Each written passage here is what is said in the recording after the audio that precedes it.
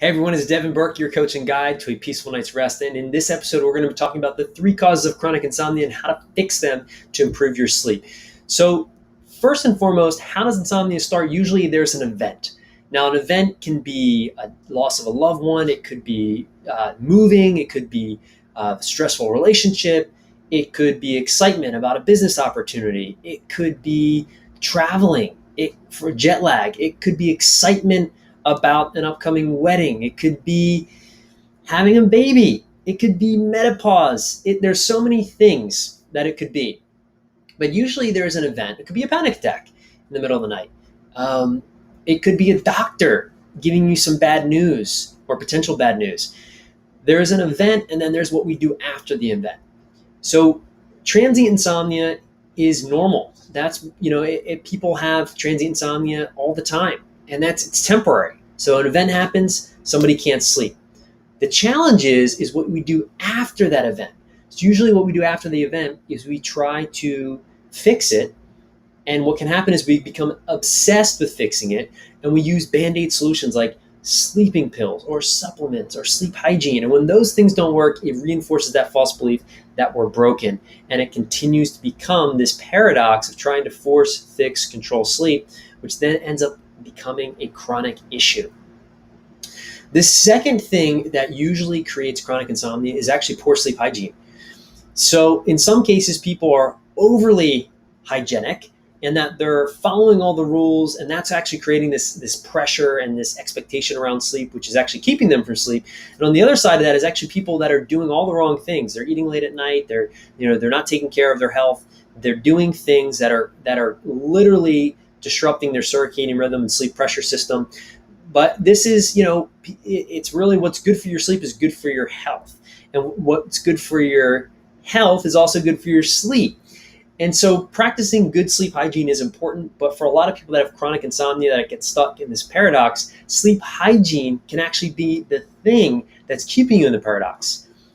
So this can be a bit tricky, but it can be a cause of chronic insomnia is people just aren't prioritizing sleep. They're not doing the right things. They're not, which then becomes, again, this chronic issue.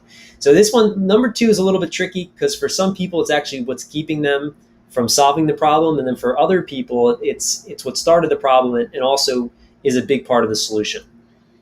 The third reason is actually medical conditions. So there are many, many medical conditions that can be the root of insomnia. Some of which are, multiple sclerosis. There's Alzheimer's.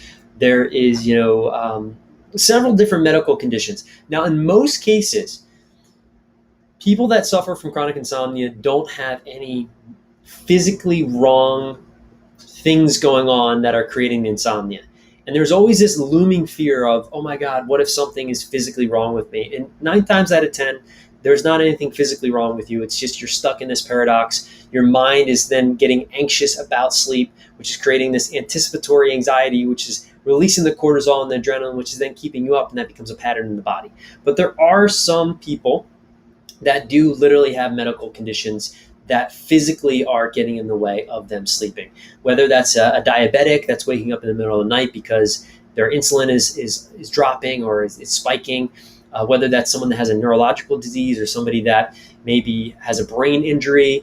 There's a lot of medical reasons why somebody has insomnia. But for most people, it's actually mostly in their head, which then becomes a pattern in the body.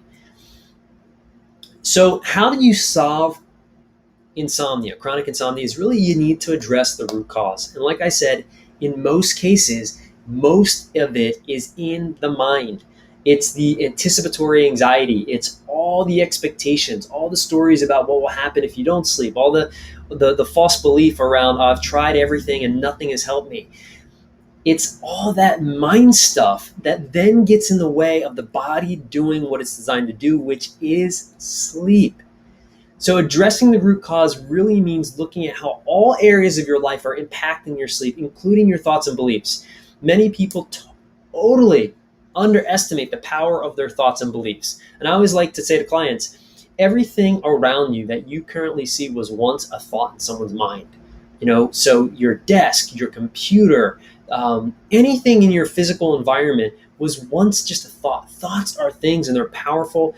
And when we don't understand them or we don't get the proper support to shift them and really see how they're keeping us stuck, it can be a massive, massive barrier for really solving chronic insomnia. So addressing the root cause means looking at the physical as well as the mental barriers that are keeping you from sleep.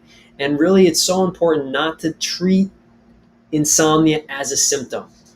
If you treat insomnia as a symptom, it's going to continue to be a problem. It might help you temporarily, but it's going to continue to rear its ugly head again and again until you really address the root cause. And in most cases, it's stress and anxiety that then becomes stress and anxiety about sleep. I hope this episode was valuable. I hope it made sense. If you like it, subscribe to the channel. If you're listening on the podcast, give me a thumbs up, subscribe, and share this with somebody who needs to hear it. And I look forward to seeing you in the next episode.